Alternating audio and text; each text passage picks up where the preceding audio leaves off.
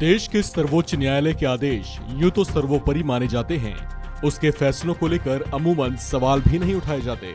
लेकिन कांग्रेस के वरिष्ठ नेता और सीनियर एडवोकेट के तौर पर पहचान रखने वाले कपिल सिब्बल बेहद नाराज, हताश और निराश दिखाई दिए हैं। उन्होंने अपने एक बयान में सुप्रीम कोर्ट को लेकर निराशा जाहिर की है। सिब्बल ने कहा कि कोर्ट में 50 साल तक प्रैक्टिस के बावजूद सुप्रीम कोर्ट से कोई उम्मीद नहीं बची है। उन्होंने कोर्ट के फैसलों पर सवाल उठाते हुए कहा कि सुप्रीम कोर्ट द्वारा कोई ऐतिहासिक फैसला भले ही पास हो जाए, लेकिन इससे जमीनी हकीकत शायद ही बदलती है।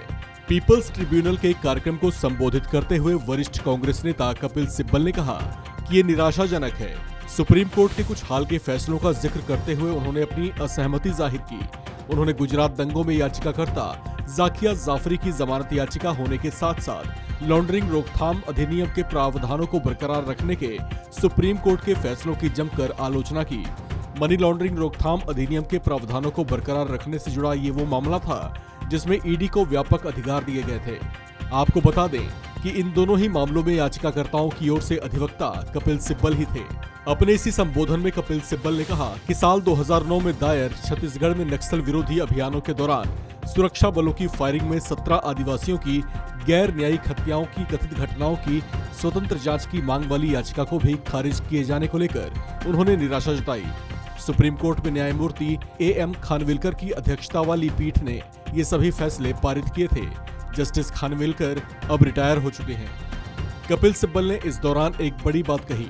उन्होंने कहा कि संवेदनशील मामले सिर्फ कुछ चुनिंदा जजों को ही सौंपे जाते हैं, जबकि कानूनी बिरादरी अमूमन पहले से ही जानती है कि फैसलों का परिणाम क्या होने वाला है।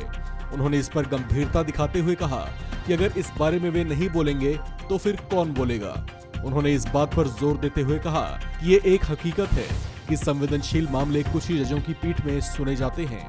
ऐसे मामलों में हमें समस्या पता होती है और हम परिणाम भी जानते हैं। कपिल सिब्बल ने कहा कि ऐसी अदालत आजाद नहीं हो सकती। कपिल सिब्बल ने इस दौरान देश की न्यायपालिका की स्वतंत्रता को लेकर भी सवाल उठाए।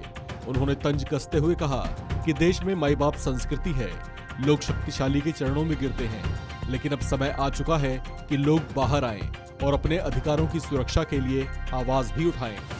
इस खबर में फिलहाल इतना ही। बाकी अपडेट्स के लिए बने रहिए वन इंडिया हिंदी के साथ।